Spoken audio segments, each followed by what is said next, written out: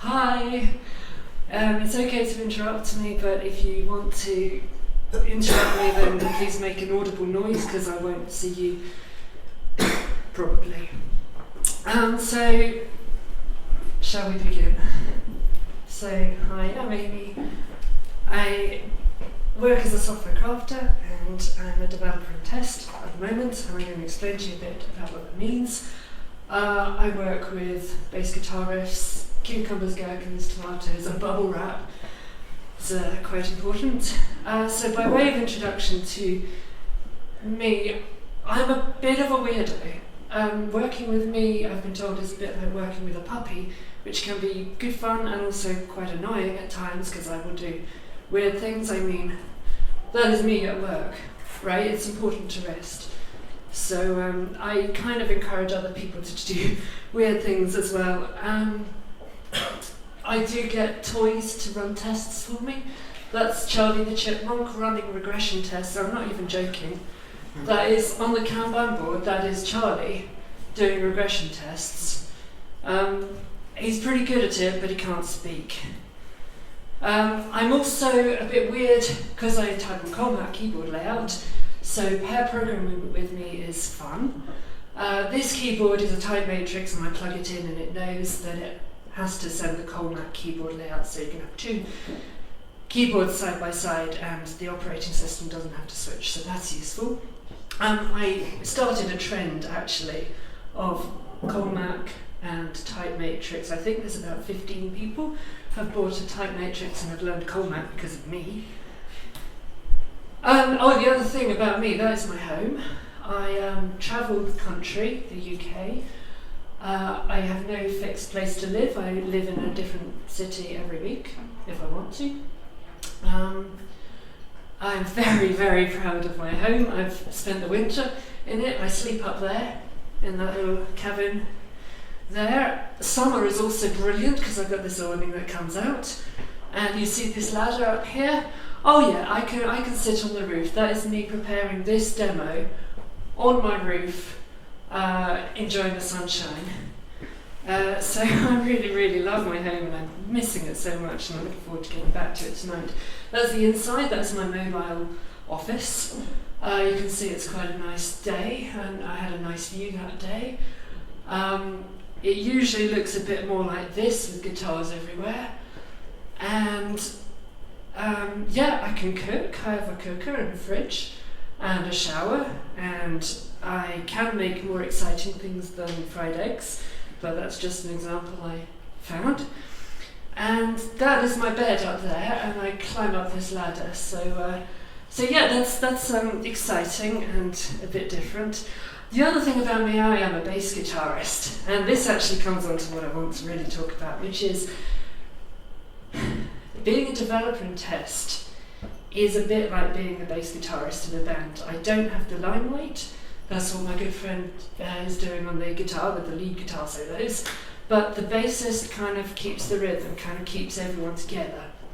And the role that I kind of play in a software development team is the role of an encourager, as someone who motivates the rest of the team and keeps people together. So the way I do this, well, I talk with the business analysts, I define requirements, I work out what we've got to do and why. It's very important to understand why we're doing whatever it is that we're doing. I run 10-minute test plans, which are important that they are 10 minutes because otherwise people get bored. And in those 10-minute test plans, we decide, again, what we're doing. The output of the 10-minute test plan is a cucumber or gherkin syntax file.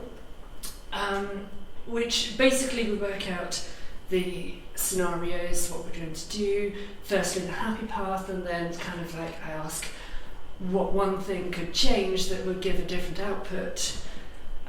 So we kind of encapsulate all of those before we start writing any code. As a DIT, I sit alongside the developers, I write the implementations of the steps that we've decided we should do. Sorry, I'm just going to hate shoes. That's better. And I encourage developers also to write tests themselves. which is what a good DIT should do. And of course, I'm also building up a regression suite that I can run periodically. So it's quite good fun. I do enjoy the job. I got into it kind of by accident because I just knew Cucumber and RSpec, and then I went to the BBC and did the Olympics, and I was testing the interactive video player. Interestingly, my work stream was the one that everyone wanted to work in. We were known as being the most fun, the most sociable, and during the Olympics we needed just one emergency deploy, where all the other teams needed deploys almost every day. So I think that was quite a success. Another success of mine, I went into Brighton. I worked for about 6 months doing some C# and SpecFlow and .NET and Windows Azure and all these things I hadn't done yet, but you know, I kind of fitted in with the team, and I completely transformed the team from one who never even talked to each other to a team who would just have a lot of fun and they'd go out socially and enjoy themselves. So I am known as being kind of a weirdo, but somebody who makes work fun. Okay, now I've talked enough, so I'm going to give a bit of a... Let me just check if that's the... Yeah, that's fine. I'm going to give a bit of a demonstration of the tools that I use. So, just get my notes up in case I fail. That's fine. Practiced. Okay, so as a DIT, often you are testing an app that somebody else is writing. I think most of the time that is true. So if you've ever done some Cucumber before, it'll be slightly different because we're not testing an app that's necessarily local. You might be testing one that's deployed elsewhere. Ideally, you are able to run it locally, and I'll come on to that very soon. But I'll just show you the kind of the process. Adi actually asked me to show you how this is done, so if you've never done any Cucumber before, you can see actually how easy it can be to set up. If you have, then just bear with me because I think it's going to get more exciting later on. I'm going to show you Cucumber, Gherkin, and Selenium and Capybara, and a few other tricks that I use. So let's get started. So I'm going to be testing this app. You can actually go and have a look at it if you like. It's on my own website. It's just a weather app. The point about this is it uses an API, which is an important point that I'm going to come on to very soon about how do you test external things. So you can actually type anything you like there and go and fetch. Oh, fancy that, it's actually better weather in Manchester than it is here right now. Okay, so that's interesting. The way this works is it fetches data from API Open Weather Map. So it basically, you just type your weather, your city here, and it fetches the data for that city. So fine.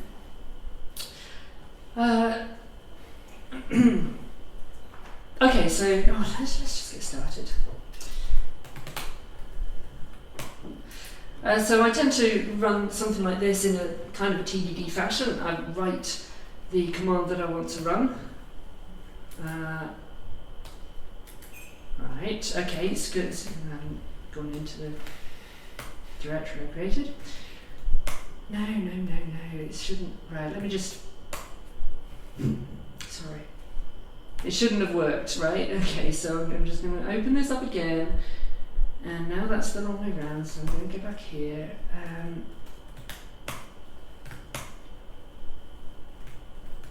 Okay, come on, thank you. I just put that ready for later. No, I'll do it later, it's fine. Okay. Right. So I've tried to run the command and I can't, so the first thing I need to do is put a gem file which will require Cucumber and also JSON, otherwise it will scream at me that I'm using a bad version. Has everyone used Bundler and LVM before? RVM use... Oops. Okay, I just set up a gem set ready to help me out here, but there's nothing special about that. So bundle that, and it uses cucumber and gherkin. So we're ready to get started, and the next message is no directory features. So I will make a directory called features. And then now I've successfully run cucumber with no scenarios. So it's time to go and start making a scenario. Let's call one weather demo. Okay. And this is what I do with the business analysts and with the rest of my team. I kind of work out what we're trying to do and why we're doing it. So as a visitor to Bucharest, I want a weather report.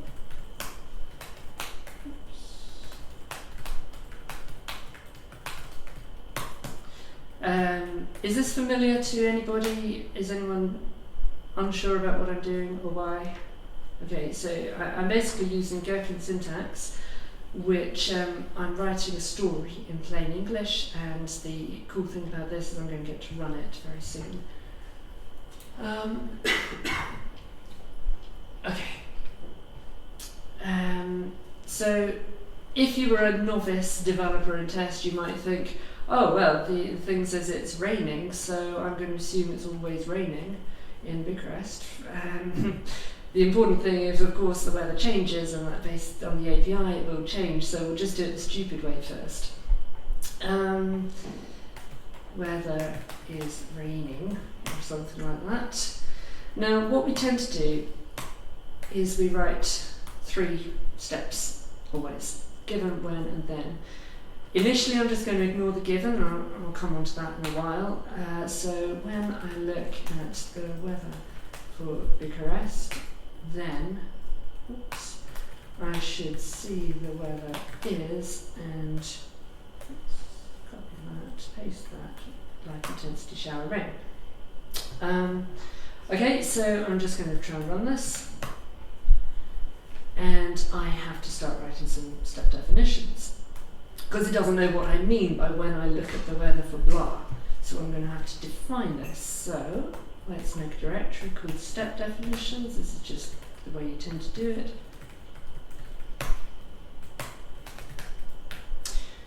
Weather steps. So the arg1 is actually the city. What did I say this file was? Oh. Right, let's do that again. I could tell that because the colour was wrong, so what? So bear with me, I'm sorry for this. When I look at the weather, so Cucumber is giving me the sample step definition that I'm going to need. That's better. I know that's the right colour now. Okay. So I look at the weather, and I'm going to use some capybara and some Selenium to fire up the web browser to go and look at this page, which is weather in Bucharest, which in fact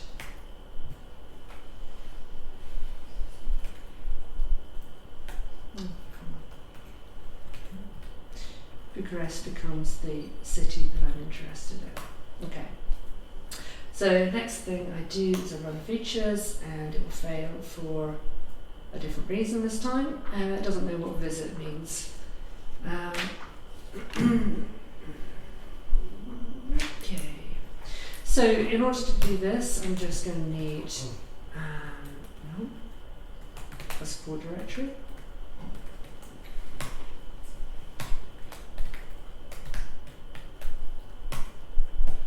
I'm going to need capybara.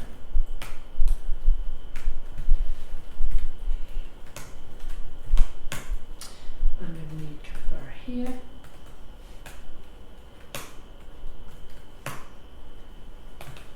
Oops.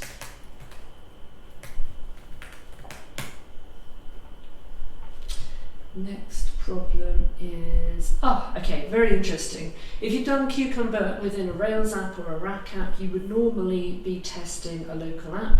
Because in this case I'm not doing that, it's telling me Rack test requires a Rack application. So this is where it's slightly different as a developer and test. You're testing someone else's application. So in my environment file, there's 3 special lines that I have to add. So capybara run server equals false. The app host is where I want to test it, and for the moment that's this one. And I'll just put the default driver to Selenium. Oh yeah, I remembered. Selenium Webdriver will also be necessary. See if this does anything this time. Okay, it's bringing up Firefox for me. It's going to the weather for Big Rest. Okay, first step is passed. I'll slow down in a minute just to show you. I'll just finish this off. I should see the weather is, and then I paste in the expected weather. Oh yes, let's destroy that.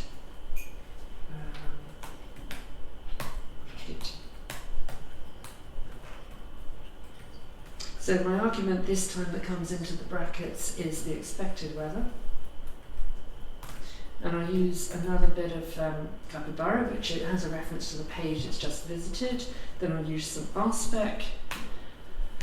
And we look in the CSS. Now let me just explain how this bit works. We are looking for a P class equals description containing the expected weather.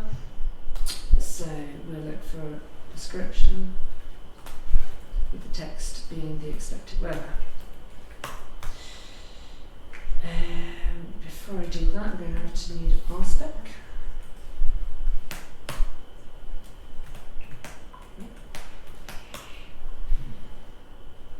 Okay.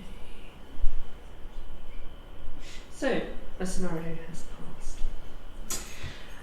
Actually, I decided I wanted it sunny.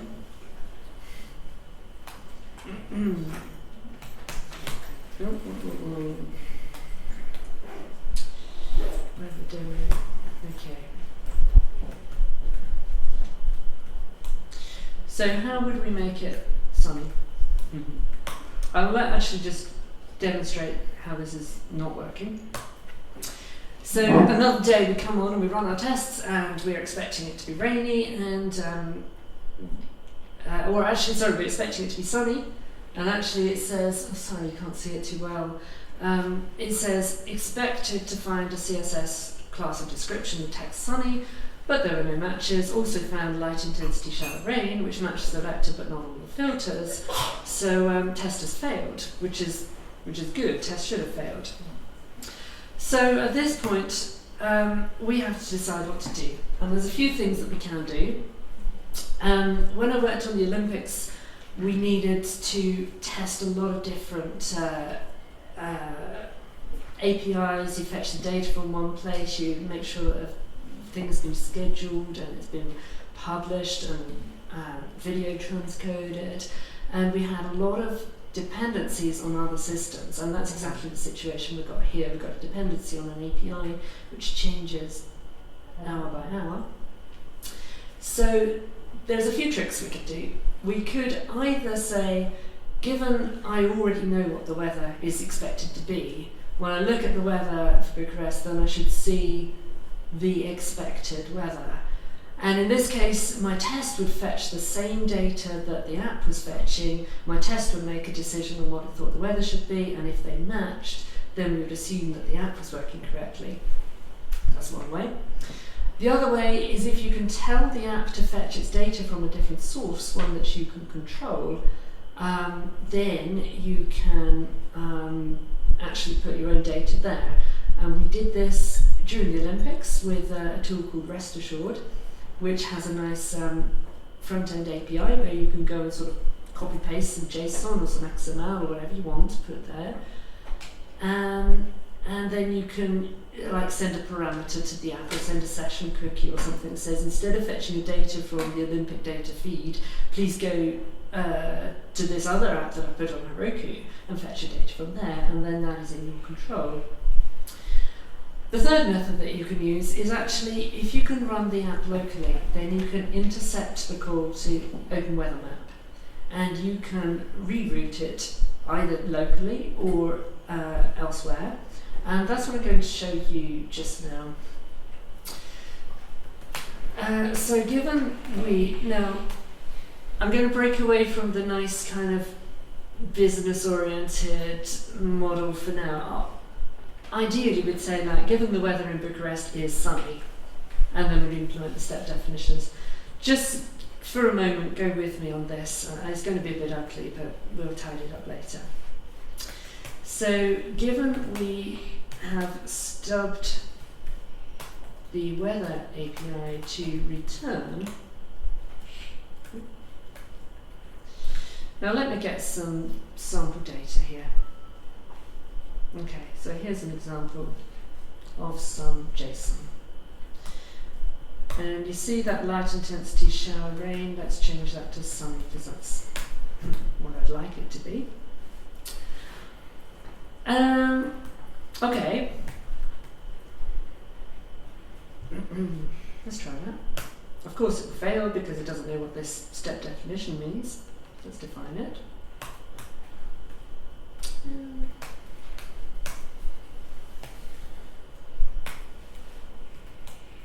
This string is actually the JSON that I want. Okay. Don't worry what the client is at the moment. We'll fix it.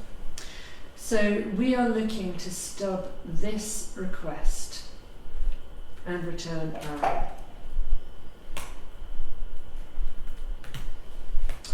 To return 200, which is okay. We need some JSON. And we want to return the actual JSON that we passed in. Okay? So for a moment this is not going to work at all, but I'm about to show you some clever tricks. So if you go to your etc hosts file, slash etc slash hosts, you can do a bit of a rewrite here. So you can intercept api.openweathermap and reroute it to your local machine. Now, if you can run your app locally, which is a good reason, it's good to run your app locally anyway, because then you can look at log files, you can inspect the code and see what's happening, and you can sort of tweak various things if you want to. If you run it locally, then it will go through your local machine and it will hit localhost. So if I save that, then you will find api.openweathermap now goes locally and says it's not found. Now here's a trick. There is something called rack doubles, which is what we're using at the BBC now. What am I doing? Work. Don't know. Okay.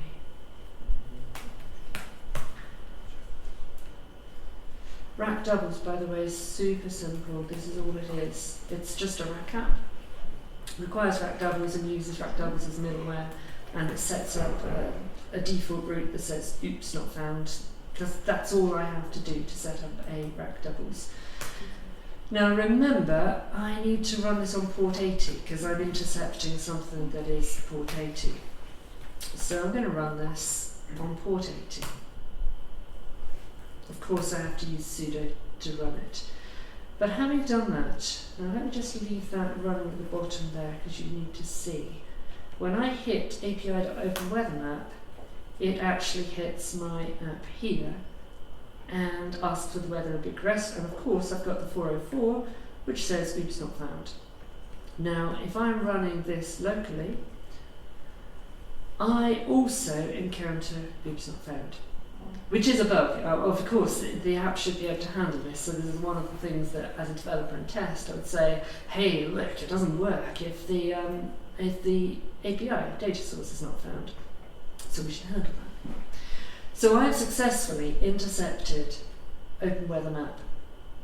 Now that I've done that, I can actually put my own data there using rack doubles. I can create data endpoints at runtime, which is pretty cool, right? So my client that I want to stub, let me just define that, is actually a rack doubles client running on localhost. Okay. Just need to require rack doubles here.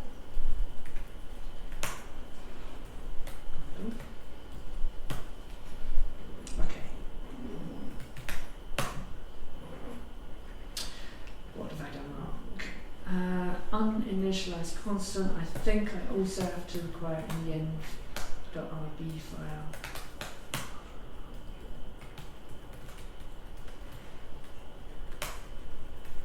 Yep, done that. Let's try this. Okay. Of course, it's still going to amyRivers.com. I just need to change that to localhost 5000 where I'm actually running it. Try it again.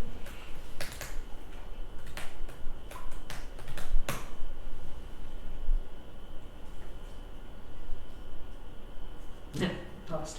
Okay, so that happened so quickly, I'm just going to slow it down for a moment. I'll show you another trick that I use is debugger.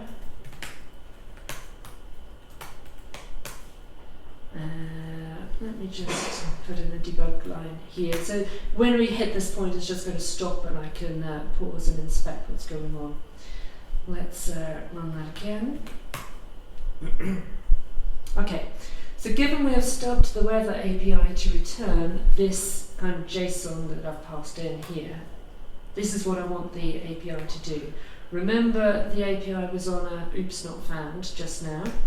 As soon as I go through this, now watch, I hope you can see down here, as soon as I press next here, it's going to put some data at where it wants to respond.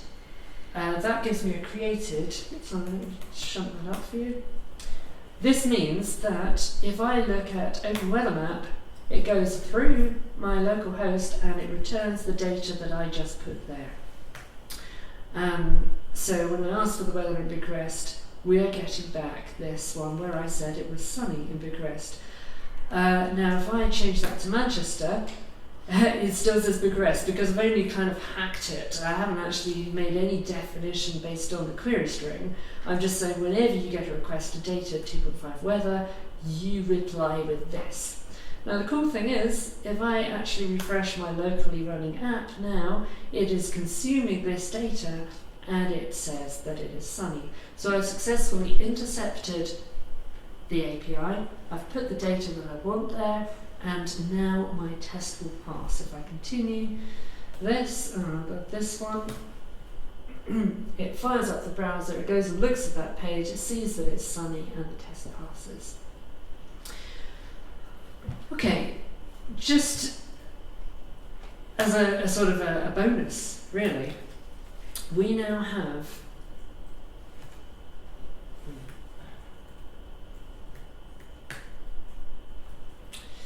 the option of creating a scenario where the weather API is unavailable. So what if the weather API is unavailable? Given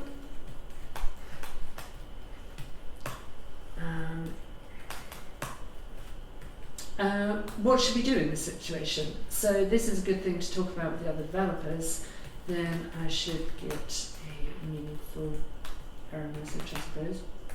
I don't know. We'd talk about it and we'd come up with an agreement of what should happen in this situation. So let me run that. Keep on the features where line 14. So given the weather API is unavailable, how do we achieve that? Well, it's pretty easy now using rack doubles. Take out that line. So this time we stub 2.5 weather to return 503. This time I guess it's text plain, I think. Sorry, unavailable, temporarily unavailable, whatever servers say when they're unavailable, I don't know. So, what do we do in this situation? Well, let me just put the debugger line again so we get to see it. So I'm about to tell it that the weather is unavailable, and in fact, if we go and look at that, sorry, unavailable. My app will encounter the same problem and not know what to do about it, and then basically I've got to define what it means. What should we do in this situation? I should get a meaningful error message. The page should probably contain something like, please try again later, or something nice. It shouldn't give that error. So what I've actually achieved now is I've been able to create a situation that a manual tester can't easily do. As a developer in test, we have the tools available, because we are developers as well, to say, you know, what would happen in this situation? And I can then give that to my developers, or we can sit side by side and I say, look, in this situation, look what happens. Okay, I'm getting tired now, so I'm going to stop soon. But one thing I should have mentioned is this is kind of ugly. Given I stub, it's so ugly it won't even fit on my screen. There we go.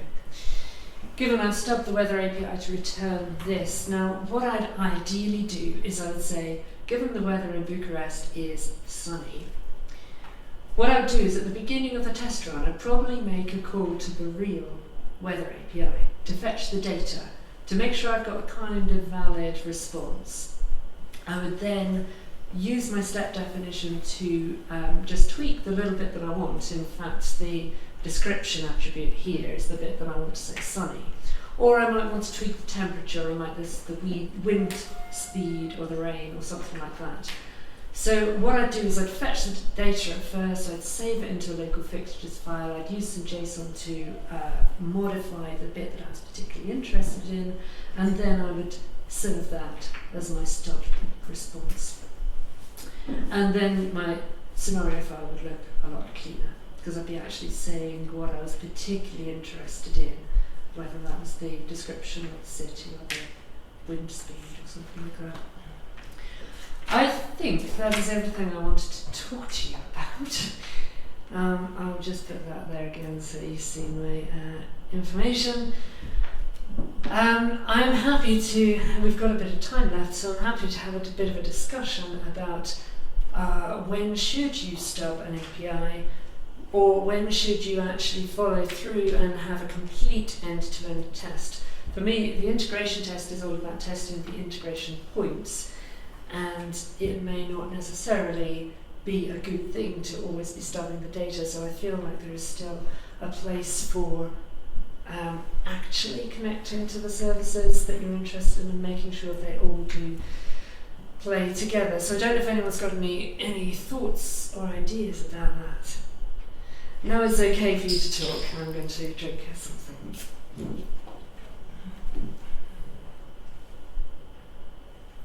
Hi, Samir.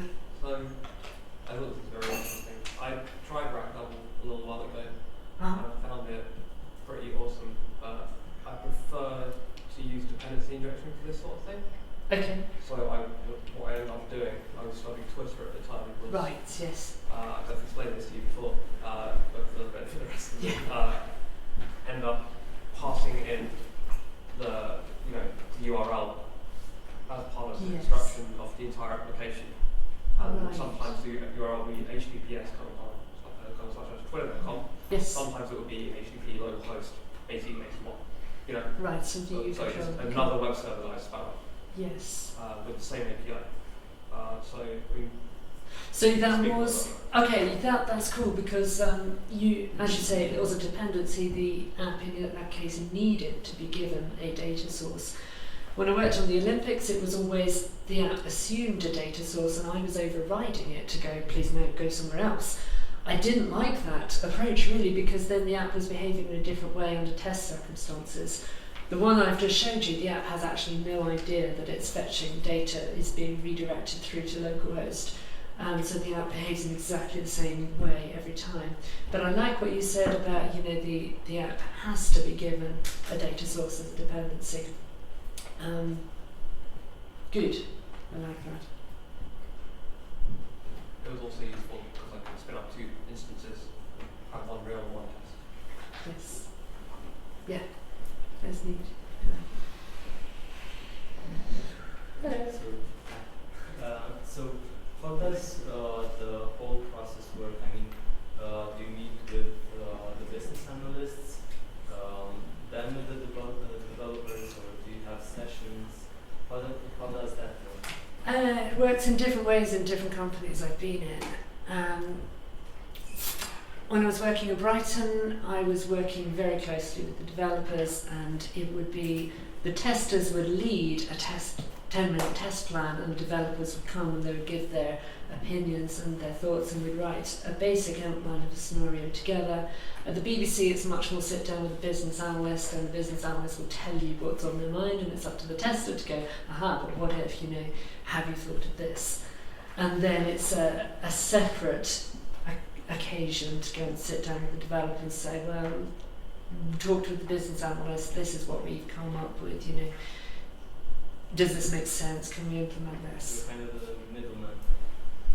Yeah, I guess so. I mean, actually, if it's done right, the developer and test can be the person at the start of the process. They can work with the developers throughout the life cycle of developing a feature, and they could also be the kind of gatekeeper at the end of it, because if it doesn't pass the tests, then it can't be merged into the master branch. So it's kind of cool for that too. Thank you, 10 number at the back. Does that answer your question? Yeah, basically. I was wondering more, when do you actually write the tests? I mean, during the talks with the business analysts, or during the talks with the developers, or how is that process handled?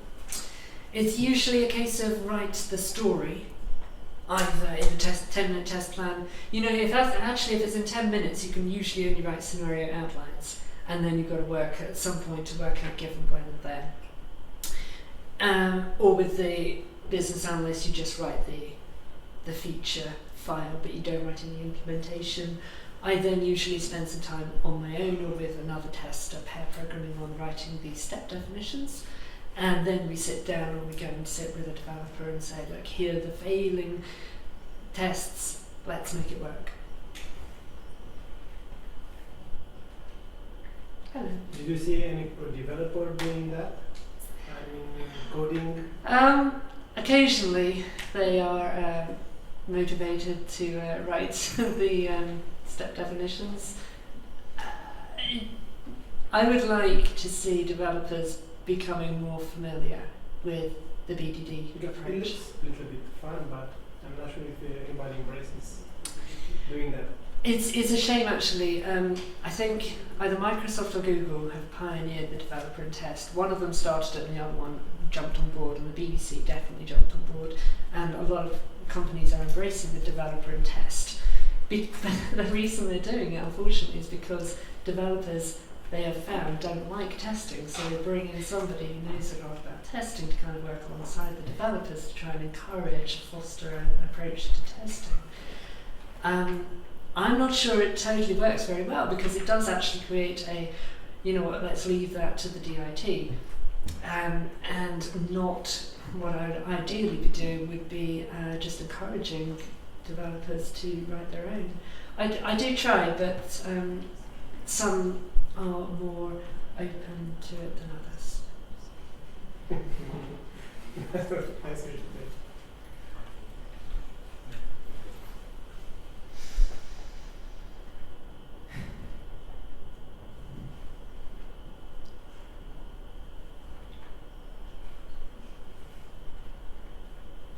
Well, that's it. Thank you.